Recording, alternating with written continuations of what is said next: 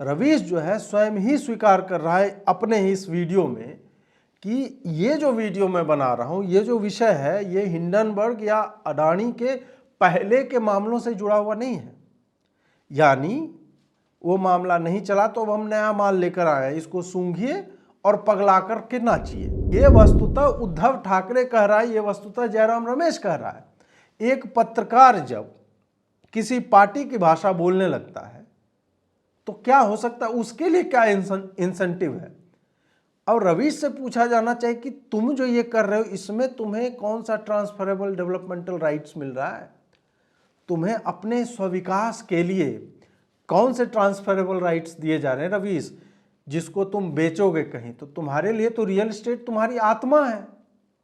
अब उस आत्मा का सौदा कर लो तुम, कि उद्धव ठाकरे तुम्हें राज्यसभा भेजें या जयराम रमेश की पार्टी जो है कि नहीं नहीं, बहुत टाइम से इन्होंने जो है एक मूर्ख डम्ब आदमी में इसने भविष्य देखा है, राहुल गांधी में, इसको जो है वो डेवलपमेंटल राइट्स का सर्टिफिकेट देना चाहिए कि तुम अपनी आत्मा का एक हिस्सा हमें दे चुके हो, अब इसके इतर तुम क्या चाहते हो कंपनसेशन। उद्धव ठाकरे ने कहा कि धारावी की आबादी 7 लाख से अधिक है, मगर सर्वे में पात्रों की संख्या केवल 95,000 बताई गई है।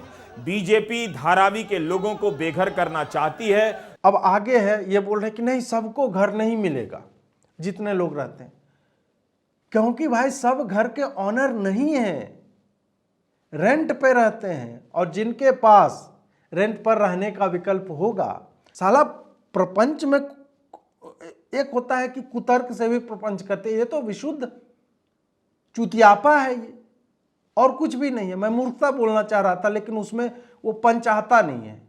ये चूतियापे करते हैं तो उसको चूतियापा ही बोला जाना चाहिए। एक तरफ अट्टालिकाएं हैं गगनचुंबी और एक तरफ ये सपाट सा धारावी जो अपने भविष्य पर रो भी नहीं सकता, वहां पे धूप भी नहीं पहुंचती, वहां सड़ांध फैली हुई है। मतलब तुम साले वामपंथियों की कविता के लिए स्लम को स्लम ही बनाकर रखा जाए। आगे बढ़ने से पहले मैं आप सबों से अनुरोध करना चाहूँगा कि सब्सक्राइब अवश्य करें, नोटिफिकेशन बेल अवश्य दबाएं ताकि आपको हर वीडियो की जानकारी तुरंत ही मिले और निर्बाध सप्लाई जो है मेरे वीडियोज़ की आपके टाइमलाइन पे, आपके यूट्यूब पे होती रहे, आपके नोटिफिकेशन में आता रहे। इसलिए घंटी भी बजाना ना भूलें। आइए आरंभ करते हैं। नमस्कार दोस्तों, रवीश कुमार का एक और वीडियो आया है अडानी के ऊपर। ऐसा प्रतीत होता है कि जब सूर्य उगता है तो हम लोग कहते हैं कि it's a beautiful day, let's do some good work. तो रवीश जब उठता है तो उसको लगता है कि आहा कितना अच्छा दिन है, आइए नया प्रोपेगेंडा किया जाए। तो उसी में इन्होंने ये अडानी के ऊपर एक नया वीडियो डाला है जो धारावी के स्लम के रीडेवलपमेंट के ऊपर है। 2004 से लगातार मुझे लगता है 6 या 7 बार इसके लिए ओपन बिडिंग हुई है। कभी 101 कंपनी भाग लिया करती थी, उसके बाद धीरे धीरे कांग्रेस के ही काल की मैं बात कर रहा हूँ, आते आते अंततः 3 कंपनी पे आई। फिर देवेंद्र फडणवीस जो है 2018 में इसको लेकर के काफ़ी गंभीर दिखे कि नहीं, हमें जो है इसे धारावी जो एक मतलब आप सोचिए कि फाइनेंशियल सिटी है और भारत का सबसे अधिक अगर नामित शहर है जो वैश्विक चर्चा में आता है, नई दिल्ली भी नहीं है, मुंबई ही है, क्योंकि बॉलीवुड का सॉफ्ट पावर ही सब है। उसमें जब लोग वहाँ से आते हैं और मुंबई में उतरते हैं तो फिर उन्हें एक तरफ तो साउथ मुंबई टाइप का दिखेगा, एकदम बहुत अच्छा से डेंसली पॉपुलेटेड, बहुत ही हाई फाई टाइप का एरिया, और उसके इधर एशिया का सबसे बड़ा स्लम आपको दिखता है धारावी। उसको रीडेवलप करने की बातें चल रही है कि यहाँ से जब इतने अव्यवस्थित तरीके से लगभग $1 बिलियन पर ईयर का ट्रेड होता है, 80 से 100 करोड़ बोला जाता है, तो अगर उसको हम व्यवस्थित कर दें और कोई कंपनी आके ऐसा करे तो फिर क्या ये न केवल ट्रेड के हिसाब से बेहतर होती चली जाएगी बल्कि अन्य एस्पेक्ट में भी आप स्कूल प्रॉपर दे सकते हो, सैनिटेशन, फटे हुए सीवर, यही सब धारावी की पहचान है। क्या है धारावी की पहचान? स्लम डॉग मिलियनेयर में आपने देख लिया धारावी क्या है, स्लम क्या होता है, किस तरह से लोग बाथरूम तक जाने के लिए जो एक जद्दोजहद है। और ऐसा नहीं है कि वहाँ पे खाली भीख मांगने वाले ऐसे लोग रहते हैं, नहीं, जो एस्पायरिंग एक्टर्स हैं, आपके कई एक्टर्स उसी स्लम से उठ करके आए हैं। बाकी भी काम, चमड़े का काम वहाँ पे बहुत अधिक होता है, अन्य कार्य भी होता है। तो खैर उसी को व्यवस्थित बनाने के लिए भाजपा सरकार जब आई तो वो काफ़ी गंभीर थी और उन्होंने टेंडर्स फ्लोट किए, ओपन बिडिंग, कि भाई ये इसमें है, ये रूल्स हैं, इसको लेकर के आइए। उस एस्पेक्ट पे हम आगे चलेंगे। अभी जो मैं बात करने जा रहा हूँ वो रवीश कुमार के ऊपर है कि उन्होंने अभी कांग्रेस विधायक जो हैं उन्होंने कोई रिपोर्ट तैयार की है। उस रिपोर्ट को कांग्रेस का ही एक नेता जयराम रमेश वो ट्विटर पे इतना बड़ा बना के डाला है। उसमें ऐसे जार्गन्स शब्दावली का इस तरह से प्रयोग किया गया है कि आम आदमी उसको समझ ना पाए, और फिर उसमें तड़का जो है लगा है रवीश जी का।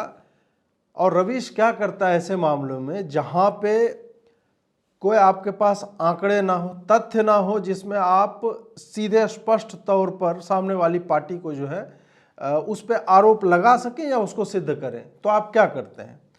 रवीश का स्टाइल है कि लोगों के मन में वो शंका भरता है, जो हुआ नहीं है, जो भविष्य में हो सकता है, मतलब कई एस्पेक्ट है उसके, क्या क्या हो सकता है, उसमें से एक जो सबसे नकारात्मक होगा उसको ये टारगेट करता है। अब यहाँ पे आशंका क्या जता रहा है अपने वीडियो में, कहीं यह जानबूझकर एयरपोर्ट की तरह, पोर्ट की तरह, कोयला और बिजली के बिजनेस की तरह देश के रियल स्टेट में भी अडानी के लिए ही रूल बनाकर फायदा देने की कोशिश तो नहीं। रवीश की पूरी कोशिश जो है, पूरा प्रयास लोगों के मन में यही संदेह उत्पन्न करने की है। जबकि हम जानते हैं, चाहे आप एयरपोर्ट के बिजनेस की बात करें तो क्या वहाँ पे बिडिंग नहीं हुई? बिल्कुल हुई है। जिसने सबसे अधिक बिड किया उसको मिलेगा, ये सिंपल रूल ऑफ लॉ है। बाकी कंपनियां भी कर रही थी। क्या जिन पोर्ट्स के जो बंदरगाह हैं उनके बारे में बात किया जाए, वो पोर्ट क्या मतलब मोदी बुला के उसको दे देता है ऐसे? नहीं, वो भी बिडिंग होती है। जो सबसे अधिक की बिड करेगा उसको मिलेगा, चाहे कोयला खनन हो या पावर सेक्टर हो। क्या अन्य प्लेयर्स नहीं है? कोई कंपनी फेयर एंड स्क्वायर जब जीतती है बिड, तो उस पे इसी तरह से रवीश कुमार ने जो किया है वही किया जाता है कि आप बिना काम के प्रश्न पूछते हैं।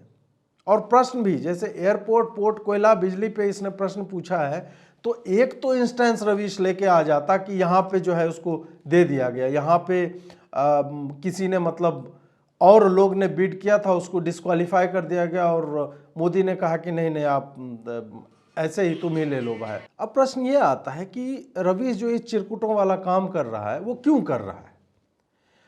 क्या ऐसा कोई भी कहीं पे भी उसके पास इस तरह का कोई उदाहरण है कि अडानी ने कोई प्रोजेक्ट आरंभ किया हो और वो पूरा ना किया हो? अडानी ने मार्केट से पैसे उठाए हो, आम आदमी से पैसा लिया हो और पैसे लेकर के भाग गया हो, पब्लिक का पैसा उसने डुबा दिया गया। LIC के ऊपर तो बहुत बवाल हुआ हिंडनबर्ग रिपोर्ट में। क्या हिंडनबर्ग रिपोर्ट सही साबित हुई? नहीं हुई। सेबी ने नकारा, सुप्रीम कोर्ट ने नकारा, उसके बाद US गवर्नमेंट ने कह दिया कि ये इसमें कुछ भी ऐसा नहीं है कि हमें जो है और भी गंभीरता से जांचना चाहिए। तो जब वो नहीं हुआ तो जो तुम LIC और SBI के बारे में बोल रहे थे, दोनों का क्वार्टरली आप रिपोर्ट देख लीजिए, या आप तो 1 साल हो गए, रिपोर्ट देख लीजिए कि क्या अडानी ने हमारे पैसे डुबा दिए और कितना एक्सपोजर था इनका, 1% से कम। अब यहाँ पे जो एक ध्यान देने योग्य बात है कि पहले जो लोग अडानी और अंबानी का नाम एक साथ लिया करते थे, अचानक से उनके शब्दकोश से अंबानी जो है वो गायब हो चुका है और अडानी ही अडानी अब जो है इसमें घुस गया है। अब प्रश्न यह है कि ये बदलाव जो है ये क्यों हुआ है? अगर तुम्हें लगता है कि कोई भी बड़ा उद्योगपति जो वामपंथियों का मेन है, वामपंथियों का यही होता है ना कि सर्वहारा हैं हम, और सर्वहारा का पैसा जो है ये जितने उद्योगपति होते हैं वो सारा पैसा खा जाते हैं, लेके भाग जाते हैं। ऐसे में अडानी पे टारगेट हो रहा है, अंबानी गायब हो गया आपकी बातों से, तो ये आपके बारे में बताता है कि आप संभवतः अडानी को जॉर्ज सोरोस की तरह देखना चाहते हैं। आप चाहते हैं कि जैसे वो आपको फंड कर रहा है और एक उभरती हुई कंपनी और उभरते हुए भारत के समानांतर वो आगे बढ़ रहा है, तो आपको उसको खींचना है। और वो जो दलाली कहीं ना कहीं मिला करता होगा पहले, या आप एक्सपेक्ट करते हैं कि ये बिना मुझे दलाली दिए हुए ये आगे कैसे बढ़ रहा है? तो उस पर मुझे लगता है कि अडानी जो है फेयर एंड स्क्वायर जीत रहा है, तो इनको चुभता है।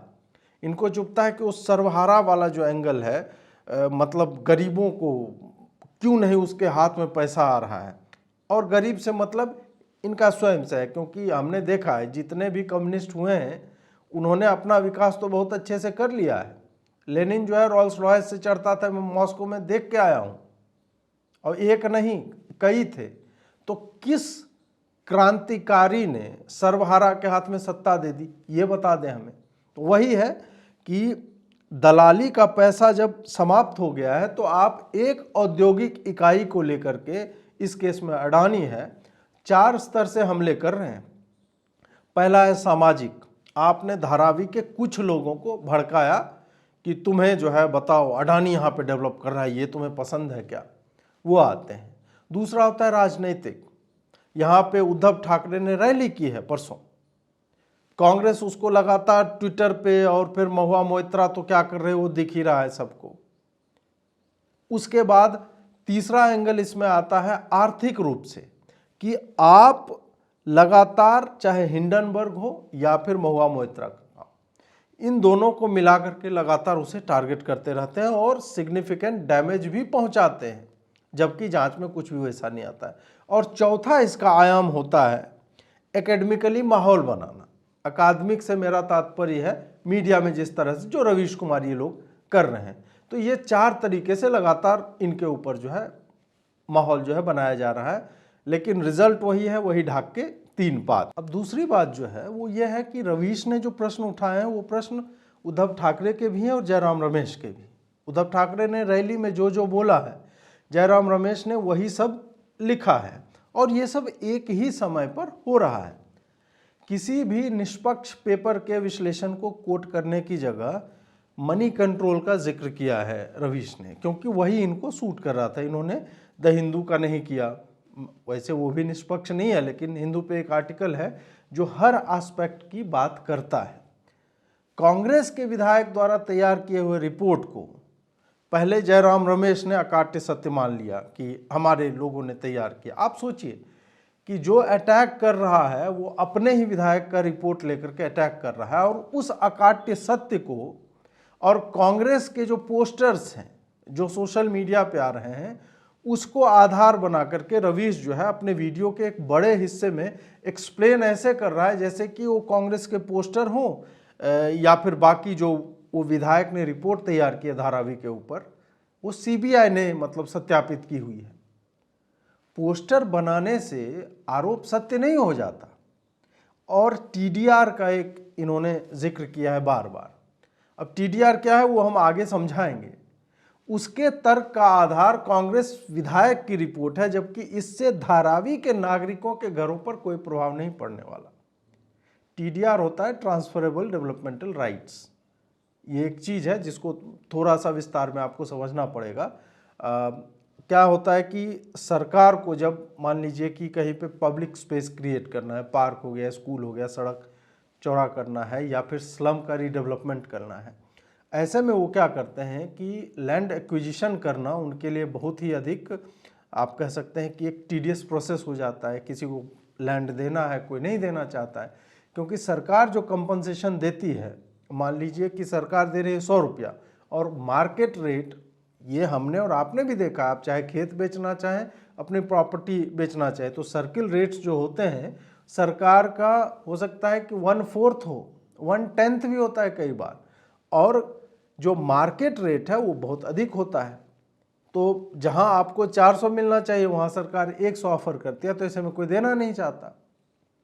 फिर सरकार ये टीडीआर लेकर के आती है कि आपको गवर्नमेंट आपका जो प्लॉट है उसका जितना हिस्सा आप सरकार को दे रहे हैं, तो क्या करेगी, पहले मान लीजिए 3 फ्लोर का आपका घर था, तो सरकार कहेगी कि यहाँ लिमिटेशन 3 ही फ्लोर की है, लेकिन आप जो है आपको हम एक डेवलपमेंटल राइट सर्टिफिकेट दे देंगे, इसके हिसाब से आप 3 से 4 फ्लोर बना लो, जितना आपने बेचा है उसका एक एफएसआई होता है। अब उतने डिटेल में मैं नहीं जाऊँगा।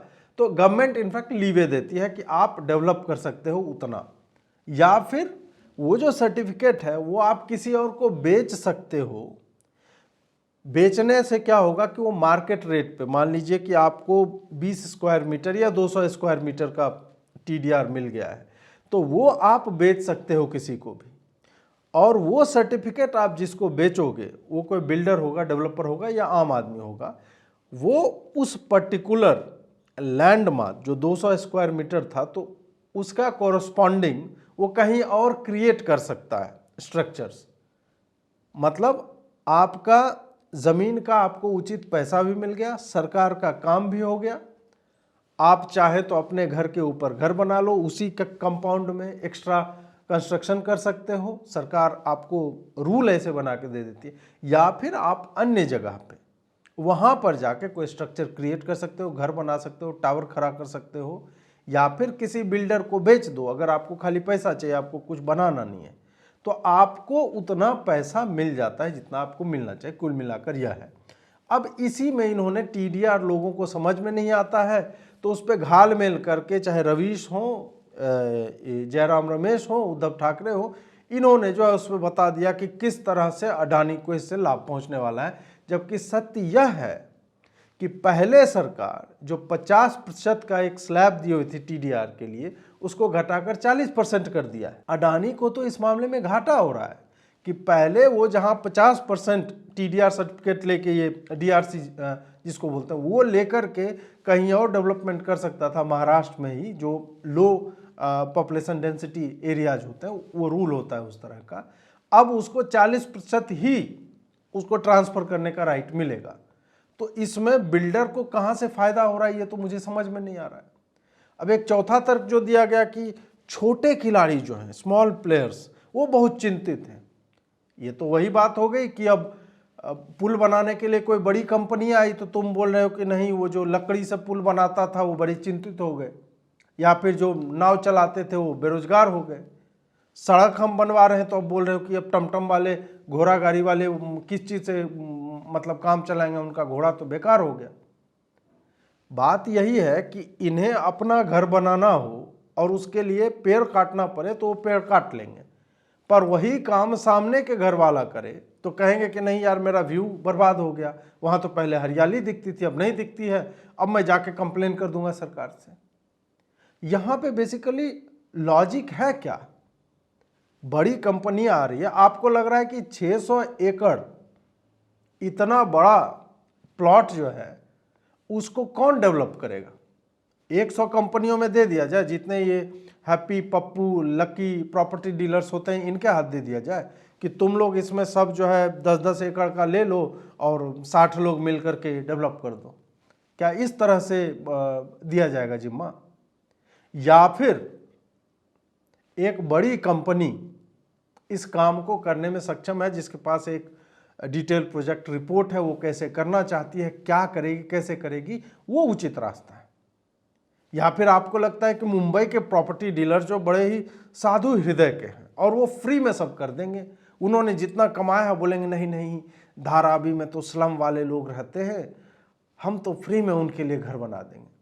यदि ऐसा है तो समझ में भी आता है कि मुंबई के प्रॉपर्टी डीलर्स और रियल एस्टेट प्लेयर्स जो है वो करेंगे। अब कोई बड़ी कंपनी ही इतने बड़े कार्य को कर सकती है। डीएलएफ भी तो उसमें आई थी, साउथ कोरियन कंपनी आई है, दुबई की कंपनी आई है इसमें, और उन्होंने बैकआउट क्यों किया? यह भी जान लीजिए, जो रवीश आपको नहीं बताएगा कि अडानी ही इसमें क्यों कूद रहा है। पहले जितनी कंपनियां आई थी, एक तो वो कॉस्ट दे देते थे कुछ भी, अब वो कॉस्ट जो है गवर्नमेंट बेयर करने को नहीं थी, या फिर जो भी है उनको लग रहा था कि हमको दलाली इतना कमीशन नहीं मिलेगा तो उन्होंने फैसिलिटेट नहीं किया। ये चल रहा था, खींचते खींचते फिर एक क्लॉज डाला गया कि जो ये बनेगा धारावी, वो वहाँ पे धारावी के लोगों को आप ऐसा नहीं कि 50 किलोमीटर दूर कहीं फेंकाओगे, क्योंकि उनकी रोजी रोटी वहीं से है संबद्ध। कोई काम कर रहा है कहीं पे तो वो आस ही पास तो जा रहा होगा, 10 किलोमीटर के एरिया में, 15 किलोमीटर के एरिया में। तो कहा गया कि आप जो ये city with in the city develop कर रहे हैं, तो आपको धारावी के जो रेजिडेंट हैं, जो होल्ड करते हैं वहाँ के लैंड राइट्स, आपको उन्हें एक जगह पे बसाना होगा उसी एरिया में। ताकि उनकी आजीविका जो है प्रभावित ना हो, और दूसरे जगह आपको डेवलपमेंट करना होगा। मतलब एक स्ट्रक्चर आप पहले क्रिएट कीजिए टेम्पररी, जहां पे ये लोग रहेंगे। तो ये तो एडिशनल बर्डन हो गया ना किसी के भी ऊपर। इसमें भी अडानी ही कूदता है अंततः, और डीएलएफ भी था, 2 क्वालिफाई हुए। डीएलएफ की बिड मुझे लगता है कि 2050 करोड़ के लगभग थी, और अडानी ने 5069-70 करोड़ का ऐसा करके बिड किया। तो ऑब्वियस सी बात है कि सरकार अडानी को अवार्ड करेगी, उससे 2.5 गुना ज़्यादा वो जो है पैसे दे रहा है, और उसके बदले में उसका इंसेंटिव क्या है? टीडीआर ही तो है इंसेंटिव। अब क्या है कि अडानी जो है जब 5000 करोड़ ये जो बिड कर रहा है, उसमें वो पैसा जनरेट कहाँ से करेगा इसको बिल्ड करने के लिए? ऐसा तो नहीं अपने पॉकेट से लगाएगा। जो पॉकेट से लगा सकते थे उनको लगाना चाहिए था, वो क्यों नहीं आए? तो यहाँ पे फिर वही है कि टीडीआर के माध्यम से अन्य जगहों पे अडानी प्रॉपर्टी अगर खरीदेगा तो वहाँ पे वो डेवलप कर सकता है, उसको उसका एडवांटेज वहाँ पे मिलेगा, और मार्केट रेट से वो उसकी वसूली कर सकता है, बेच सकता है, और वो अपनी कमाई करेगा। क्योंकि लेट्स बी वेरी फ्रैंक, कोई भी कंपनी या ठेकेदार भी जो होता है, सड़क भी बनाता है, तो उसमें अपना मार्जिन तो देखेगा ना। तो वही हो रहा है। खैर आगे चलते हैं। रवीश जो है स्वयं ही स्वीकार कर रहा है अपने ही इस वीडियो में कि ये जो वीडियो मैं बना रहा हूँ, ये जो विषय है, ये हिंडनबर्ग या अडानी के पहले के मामलों से जुड़ा हुआ नहीं है। यानी वो मामला नहीं चला तो अब हम नया माल लेकर आए हैं, इसको सूंघिए और पगला कर के नाचिए। ये रवीश का कहना है। इनका कहना है कि भाजपा लोगों को बेघर करना चाहती है और अडानी के बड़े बड़े टावर्स बनाना चाहती है, जबकि सत्य यह है कि यही वो सरकार है जो धारावी के पुनरुद्धार के लिए गंभीर है। धारावी के लिए 6 बार टेंडर निकले, जिसके लिए एक बार 101 कंपनी तक ने आवेदन दिया था और एक बार 0 लोगों ने। अंतिम बार डीएलएफ और अडानी में बिड हुई, जिसकी बात मैंने आपको अभी जस्ट बताई। अडानी की बिड ज़्यादा थी। अब इसके थोड़े से इस पर्टिकुलर इश्यू के इतिहास में चलते हैं। इसी वर्ष जुलाई के उत्तरार्ध में 20 जुलाई को मैंने एक वीडियो बनाया था, उससे पहले चल रहा था 2 संसद सत्र तो बर्बाद हो गए अडानी और क्या कहते हैं हिंडनबर्ग को लेकर के, और उसका इनको कोई फायदा नहीं मिला। ना तो जनता ने कोई चर्चा की, और आज भी 5 चुनाव हो गए और अडानी जो है मुख्य बिंदु था पूरे अपोजिशन के इलेक्शन कैंपेन का, उसका कोई फायदा नहीं मिला। तो उस वक्त भी उन्होंने जुलाई में जब 2 संसद सत्र बर्बाद कर दिए, तब जयराम रमेश ने अडानी पर धारावी के पुनर्विकास को लेकर के आक्रमण किया, जबकि यह एक ओपन बिडिंग थी। $1 बिलियन का अव्यवस्थित ट्रेड कई $बिलियन के व्यवस्थित ट्रेड में बदल सकता है। नई बसावट धारावी के एक किनारे पर ही बनेगी। स्कूल, हॉस्पिटल, बिजनेस सेंटर सब कुछ वहां बनने का था। मैंने आपको बताया कि पहले के प्रावधान ही ऐसे थे कि विस्थापितों को कहीं भी आप रख सकते हो। बाद में प्रावधान बदले गए कि विस्थापितों को वहीं पे रख के पासी में बसा के निर्माण होगा। 1999 से 2019 तक कांग्रेस के ही विधायक वहां पे रहे। कैसे रहे आखिर? वही है, गरीबी हटाओ, हम तुम्हारे लिए बढ़िया कर देंगे। तो दरिद्र को दरिद्र नारायण ये लोग कहते रहते हैं। इनको लगता है कि अब जो है गरीबी बेचेंगे नहीं तो इनका यूएसपी है क्या कांग्रेस का? अंततः कांग्रेस के विधायक रहे इतने वर्ष, कांग्रेस की सरकार रही इतने वर्ष, केंद्र में भी स्टेट में भी, उसके बाद भी धारावी वहीं का वहीं है। अब इसमें एक एंगल जो है, एक सेकलिंग टेक्नोलॉजी लिमिटेड करके एक कंपनी है दुबई की, उसका भी है, जो पहले बिडिंग में रेलवे की जमीन से जुड़ा हुआ एक मुद्दा था, उसके कारण वो बाहर हो गया। रेलवे की जमीन क्या थी कि डेवलपमेंट प्लान में रेलवे की भी जमीन को खरीदना था, उसको साथ लेना था, लीज पे लेना था, ऐसा था। तो उसमें जो है रेलवे उस वक्त जमीन नहीं दे रही थी, जब 2022 की अगर मैं बात करूं, उस वक्त की बात है। तो फिर क्या हुआ कि फिर से एकनाथ शिंदे की सरकार आती है, वो अश्विनी वैष्णव से करार करते हैं और उन्होंने लिया वो वाला। अब उन लोगों ने कहा कि अब जब मिल गया है लैंड तुम्हें रेलवे का, वो क्लियर हो गया, तो मुझे भी बिडिंग प्रोसेस का हिस्सा बनाया जाना चाहिए, तो इलीगल है। तो वो लोग जो है लगे हुए हैं, और संभव है कि कांग्रेस और उद्धव ठाकरे जिसके दम पे नाच रहे हैं, वो यही केस हो सकता है। अब जब अडानी ने नवंबर 2022 में 5069 करोड़ की बोली लगाकर इसे जीता, तब ना तो उद्धव ठाकरे बोल रहे थे ना कांग्रेस, जबकि दोनों ही सरकार से बाहर हो चुके थे। अभी उद्धव ठाकरे बोल रहा है, उसने रैली में बोला और रविश ने भी अपने वीडियो में चलाया है कि अब मुझे समझ में आ रहा है कि मेरी सरकार कैसे गिरा दी गई, और इसको जोड़ रहा है अडानी से वो। जबकि भाई नवंबर में जब बिड हुआ और सब कुछ हुआ, अवार्ड कर दिया गया, उस वक्त क्यों नहीं बोले तुम? उस वक्त इसलिए नहीं बोले क्योंकि राजस्थान में अडानी 65,000 करोड़ का निवेश कर रहा था, तब तुम बोलने की स्थिति में नहीं थे, या फिर तुम्हारे स्कीम ऑफ थिंग्स में अडानी उस वक्त नहीं था। अब डीएलएफ से 2.5 गुना अधिक की बोली लगाने के बाद अडानी पे नया अटैक क्यों हो रहा है? हिंडनबर्ग रिपोर्ट जब नहीं चली और अडानी को चुनावी मुद्दा बनाने से लेकर संसद न चलने देने तक, जब किसी को कोई घंटा भर भी फर्क नहीं पड़ा, ये चुनाव हार गए, तब ये नया वही हथकंडा लेके आए। इन्हें लगता है कि इस मरे हुए घोड़े को पीट पीट कर इन्हें वो वापस जीवित कर लेंगे। अब थोड़ा टीडीआर के ऊपर जो मैं पहले बात कर रहा था उसको लेकर भी बात कर लेते हैं। ये विश्व में बड़े बड़े शहर जहाँ भी बने हैं वहाँ पे इस तरह की चीज़ वहाँ की सरकारों को समझ में आई कि हम डेवलपमेंटल राइट्स जो है बेच सकते हैं। न्यूयॉर्क में, सिएटल में, यूरोप के कई शहरों में ये था। उसके बाद 1950 से ही भारत में भी इस पर चर्चा होनी आरंभ हुई कि टीडीआर हम कर सकते हैं क्या, अगर हमें नया नया राष्ट्र जो है बना था। उसके बाद क्या हुआ कि ये चलता रहा। 1991 में ये मुंबई में अप्लाई होता है पहली बार। सड़क बनाना था, स्लम छोटे छोटे इधर उधर के थे, तो उसको लेकर के ये रूल बना। अब इसमें रूल में एक हिस्सा तो मैंने आपको एक्सप्लेन कर दिया कि ये होता क्या है। दूसरा एस्पेक्ट है कि ऐसा नहीं है कि आप अपने राइट्स किसी को भी कहीं भी मनमाने दाम पे बेच दें, नहीं, एक लिमिटेशन उस पर भी होती है।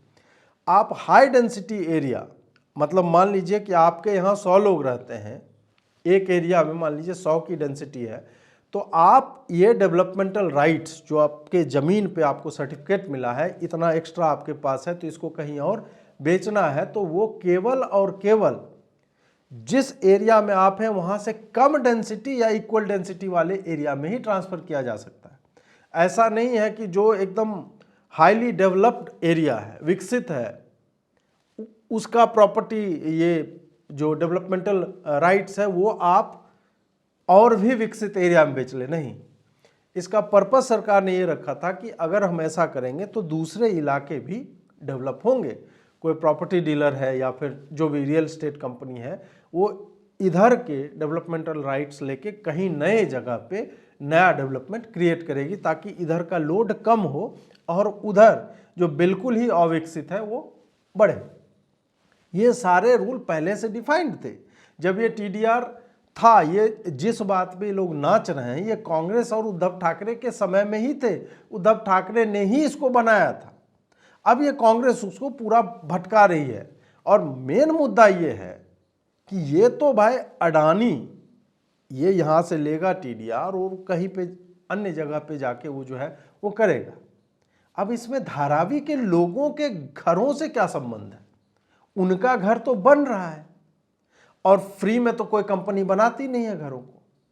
कांग्रेस के अपने ही आकलन के हिसाब से, ये भी मैं कोट करना चाहूँगा, 2004 में इन्होंने जो बिडिंग का प्रोसेस किया था उसमें 5,000 करोड़ रखा था। उसके बाद 2010 में पुनर्विकास की कॉस्ट 15,000 करोड़ के आसपास थी। 2010, 13 वर्ष बीते हैं, नई सरकारें आई और आज अडानी 5,069 करोड़ यानी 1/3 कॉस्ट पे काम करने आ रहा है। तो उस कंपनी को क्या इंसेंटिव है? और इसमें तो वाड्रा जी की फेवरेट कंपनी डीएलएफ है, वो भी तो बिड कर रही थी। तो आप लोगों ने अधिक बोली क्यों नहीं लगाई?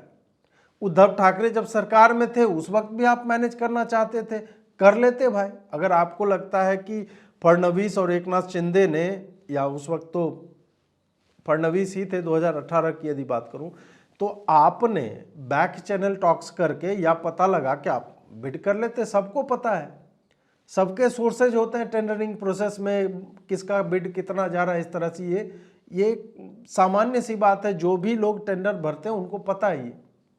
तो अधिक बोली क्यों नहीं लगाई? या आपका आकलन डीएलएफ वालों का जो 2010 में कांग्रेस की सरकार 15,000 कर रही थी, तो तुम कम से कम 10,000 तो बोली लगाते, तो तुमने नहीं लगाया, तुमने 2,000 लगाया। कोई 5,000 लगा गया, तुमसे 2.5 गुना अधिक। क्या ये बिडिंग ओपन नहीं थी? और फिर टीडीआर जब 50% से घटा के 40 कर दी गई, तो ये शब्दों को घुमा करके ये प्रश्न पूछ पूछ के बवाल क्यों हो रहा है? क्योंकि कांग्रेस की दलाली बंद हो गई। और क्या कारण हो सकता है ये मेरी समझ में नहीं आता है। अब मैं रवीश के वीडियो के कुछ क्लिप्स चलाऊंगा, आप लोग देखें कि किस तरह की विचित्र बातें इस बात को स्थापित करने के लिए की जा रही। मुंबई की सड़कों पर निकले हजारों लोगों का यह रेला धारावी रीडेवलपमेंट प्रोजेक्ट का विरोध कर रहा है। रवीश का कहना है रैली में हजारों लोग आए, तो एक राजनीतिक रैली में लोग आ गए तो इसमें आश्चर्य क्या है? सत्य यह है कि ये जो हजारों लोग हैं, धारावी की पॉपुलेशन 7 लाख है, उसमें हजारों लोग आए, और हजारों भी नहीं, 1000 लोग में खत्म हो जाएगा।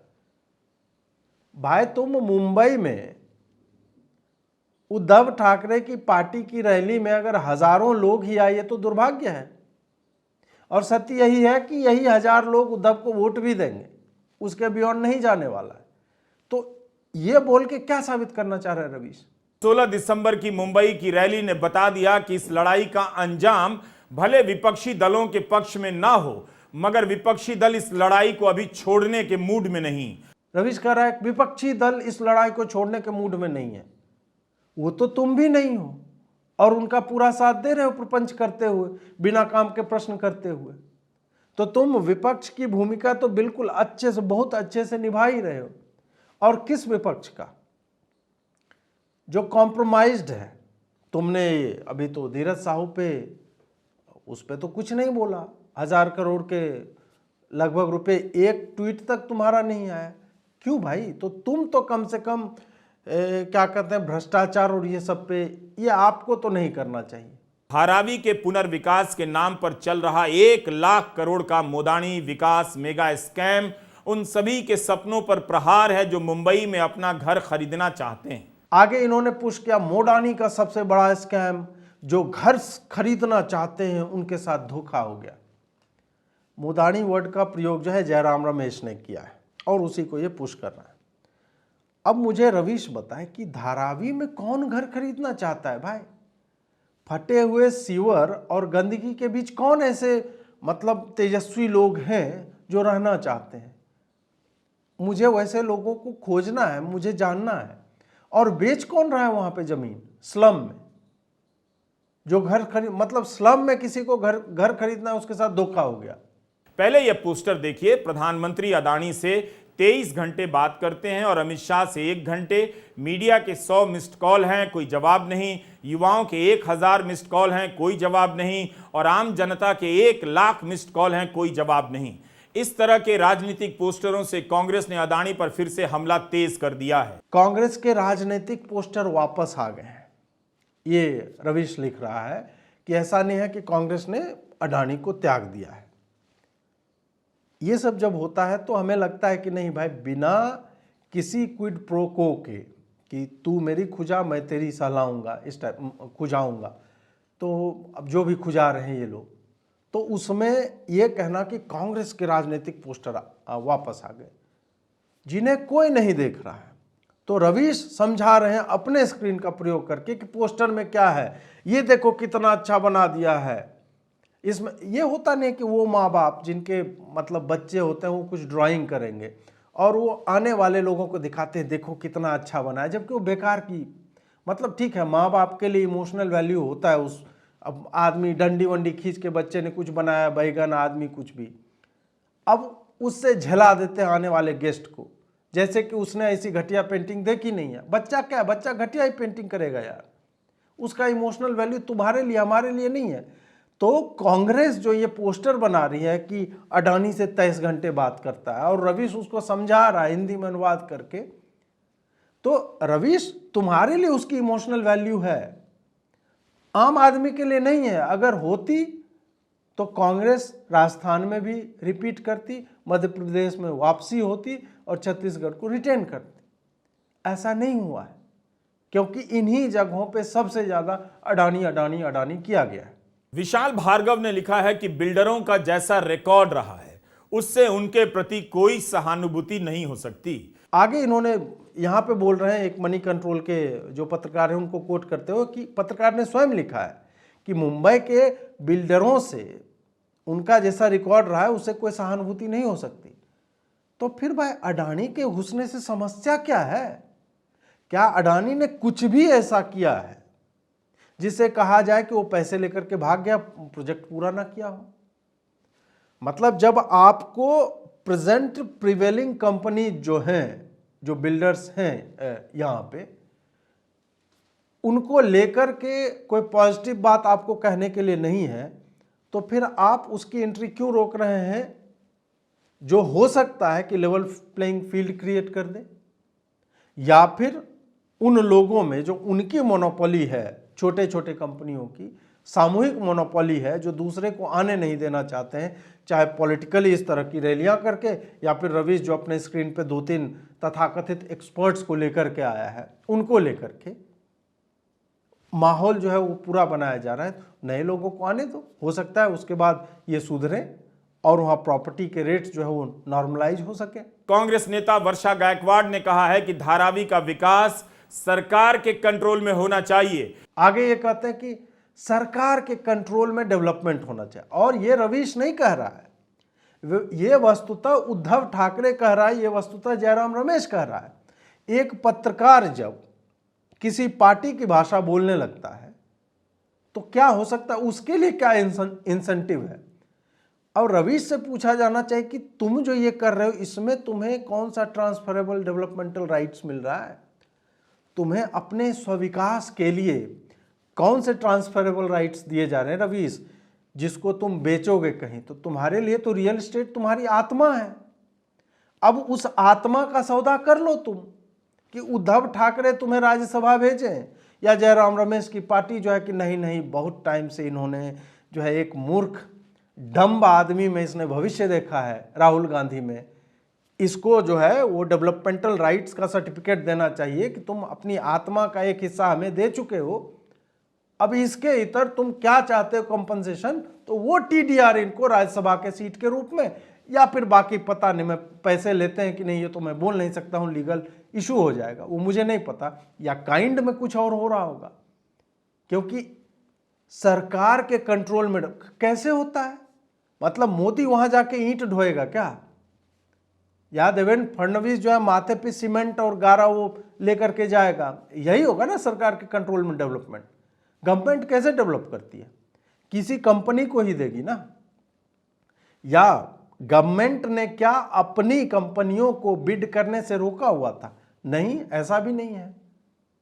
गवर्नमेंट भी जब इस तरह की बिडिंग्स करती है तो उसमें सरकारी भी कंपनियां होती हैं, उनको मान लीजिए स्पेक्ट्रम का सेल हो रहा है तो उसमें यह रहता है कि बीएसएनएल या तो बिड करे, या बिड नहीं करेगी, उसको जो है अगर लेना है, उसमें हिस्सा लेना है, तो जो टॉप बिडर होगा उसके प्राइस को मैच करने का उनके पास ऑफर रहता है। तो इस तरह से होता है। तो क्या गवर्नमेंट ने डिसअलाउ कर दिया अपनी कंपनियों को? नहीं। तो फिर क्या मतलब है सरकार के कंट्रोल में डेवलपमेंट होना चाहिए? यह सरकार के नियंत्रण से बाहर हो रहा है। गवर्नमेंट वहां पे 100 साल की लीज प्रोवाइड कर रही है रेलवे, और तुमको फिर वही टीडीआर करके वो नाचे जा रहे हैं। उद्धव ठाकरे ने कहा कि धारावी की आबादी 7 लाख से अधिक है, मगर सर्वे में पात्रों की संख्या केवल 95,000 बताई गई है। बीजेपी धारावी के लोगों को बेघर करना चाहती है। अब आगे है, ये बोल रहे हैं कि नहीं, सबको घर नहीं मिलेगा जितने लोग रहते हैं, क्योंकि भाई सब घर के ऑनर नहीं हैं, रेंट पे रहते हैं। और जिनके पास रेंट पर रहने का विकल्प होगा, जितनी आबादी है वो पूरी की पूरी आबादी, जो भी कॉम्प्लेक्सेस रेजिडेंशियल बनेंगे उसमें वहां पे उनको शिफ्ट किया जाएगा। अब जो ऑन करते हैं लैंड उसको ऑनरशिप मिलेगा, और जो रेंट पे रहते हैं उनके पास रेंट पे रहने का विकल्प होगा। रूल होते हैं रवीश।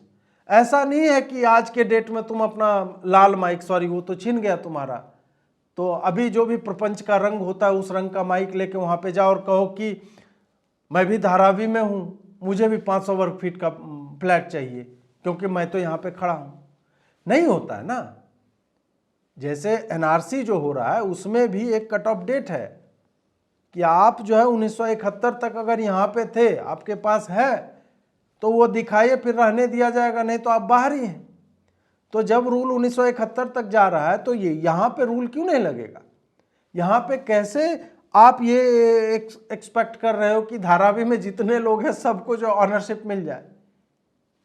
मतलब साला प्रपंच में एक होता है कि कुतर्क से भी प्रपंच करते, ये तो विशुद्ध चुतियापा है ये, और कुछ भी नहीं है। मैं मूर्खता बोलना चाह रहा था लेकिन उसमें वो पंच आता नहीं है। ये चुतियापे करते हैं तो उसको चुतियापा ही बोला जाना चाहिए। अब अंत में प्रश्न यह है कि यार धारावी को स्लम बनाकर क्यों रखना चाहते हो?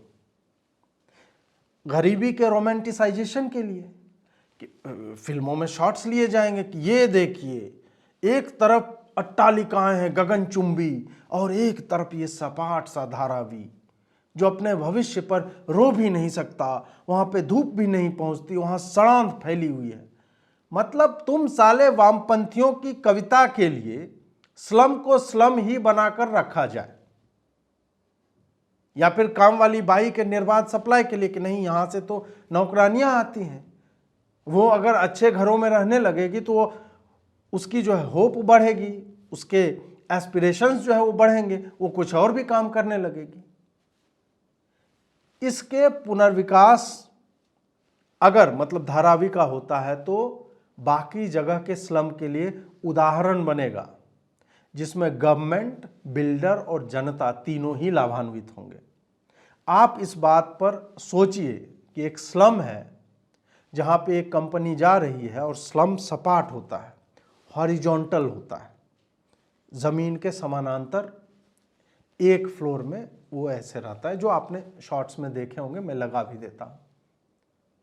अब इनको इकट्ठा करके वर्टिकल डेवलपमेंट करने की बातें हैं। और वर्टिकल में क्या होगा कि जितने भी रिहायशी रहने के आवासीय क्षेत्र हैं, या क्षेत्र तो पूरा ही आवासीय है, उसको एक जगह आप समेट करके वर्टिकल कर दीजिए, जगह बचेगी, बच्चों के जाने के लिए स्कूल बनेंगे, बढ़िया स्कूल, बिजनेस सेंटर बनेंगे, वर्कशॉप्स क्रिएट होंगे, फैक्ट्रीज वहां पे लग सकती हैं, बहुत बड़ा इलाका है, एक टाउनशिप वहां पे क्रिएट हो रहा है।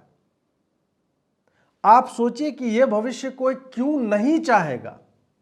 वहां के रहने वाले को ये जो टीडीआर करके नाचा जा रहा है, उससे क्या समस्या है? उनको क्या चाहिए? धारावी के लोगों को, धारावी के लोगों को रहने की जगह चाहिए। जिसके भी पास ऑनरशिप डिटेल्स हैं उनको ऑनरशिप मिलेगा। जो धारावी में रह के कहीं और जाके काम कर रहे हैं, रेंट पे रह रहे हैं, उनके पास वहीं पे रहने का रेंट का भी विकल्प है। जो वहां पे मैन्युफैक्चरिंग यूनिट या सर्विस प्रोवाइडर्स हैं, वो अगर कुछ काम कर रहे हैं, उनके लिए भी कॉम्प्लेक्स क्रिएट हो रहा है, बिजनेस सेंटर्स क्रिएट हो रहे हैं। तो आप सोचिए कि इसमें लोगों को क्षति कहां से पहुंच रही है? वो कौन लोग हैं जो जिनको इससे घाटा हो सकता है? घाटा केवल उन लोगों को हो रहा है जिनको दलाली मिलनी चाहिए थी। मतलब उनको लगता है भाई किसी पार्टी में है और पूरी पार्टी आज अपने ही सांसदों से 1,38,000 रुपये का चंदा ले रही है, उस स्थिति में आ गई है। तो आप सोचिए ना कि उनको जो सैकड़ों करोड़ के किकबैक्स मिला करते थे, हजारों करोड़ के डिफेंस किकबैक्स मिला करते थे हर प्रोजेक्ट में, मतलब सैनिकों के लिए जो घर बन रहा है उस तक में धांधलियां हुई हैं। तो वो ये इतना बड़ा प्रोजेक्ट जब बनने जा रहा हो, उसमें से 100,000 करोड़ कुछ जो इनको मिलता, जिसकी कॉस्ट इन्होंने 2010 में 15,000 करोड़ रखी थी। आप सोचिए कि अगर आप इन्फ्लेशन जोड़ लें, 15,000 हो जाएगा 30,000 करोड़, दुगना तो लगभग हो ही गया है अधिकतर चीज़ों का, और प्रॉपर्टी का भी दाम दुगना नहीं 1.5 गुना हो गया है।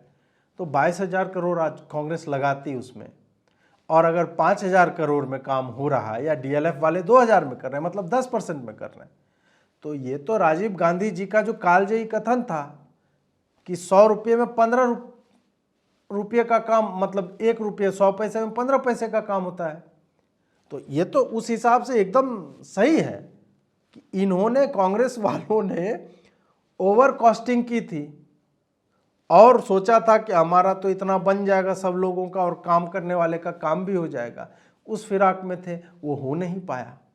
तो आज ये रोग आ रहे हैं और उस रोने गाने के लिए मैं पुनः आपको बोलना चाहूँगा, सामाजिक स्तर से कि कुछ लोगों को भड़का करके लाया जा रहा है, राजनीतिक स्तर से कुछ लोगों को पार्टियों की रैलियों में लाया जा रहा है, आर्थिक स्तर से एक कंपनी पे अलग अलग तरह से टारगेट करके, और अकादमिक स्तर पे मीडिया में माहौल बना करके ये चारों तरफ से एक कंपनी को टारगेट किया जा रहा है, ताकि इनका जो हिस्सा है, चूंकि इनको नहीं मिला है, तो वही है कि वो होता है ना कि लूडो खेलने बैठे या शतरंज खेलने बैठे और आपके दो भाई खेल रहे हैं, आप बोल रहे हैं हमको भी खेलने दो, नहीं दिया तो ऐसे करके हिला के पूरा जो है गोटी इधर उधर करके भाग लेते हैं। तो रवीश कुमार यही करना चाह रहा है वस्तुतः। रवीश वही है कि हाथ मार के भाग लेगा, स्पिट एंड रन वाली इनकी, थूक करके भागने वाली रणनीति है इनकी। ये किसी को नहीं बताएंगे कि समस्या क्या है, क्या कोई प्रीवियस अडानी का ऐसा रहा है कि पहले ये पैसे लेकर के भाग गया, कोई तुम्हारे पास उदाहरण है? कुछ नहीं है इनके पास। ये केवल आरोप पे संशय उत्पन्न करके और भविष्य में क्या हो सकता है, वो साले ज्योतिष में विश्वास नहीं रखते हैं ये लोग, लेकिन स्वयं क्या करना हो तो बोलेंगे कहीं इससे ये घाटा तो नहीं होगा, कहीं ये पैसे लेकर भाग तो नहीं जाएगी, कहीं एयरपोर्ट जैसा हो गया तो ऐसा क्या हो गया, एयरपोर्ट में क्या हो गया, पोर्ट में क्या हो गया, बिजली में क्या हो गया, कोयले में।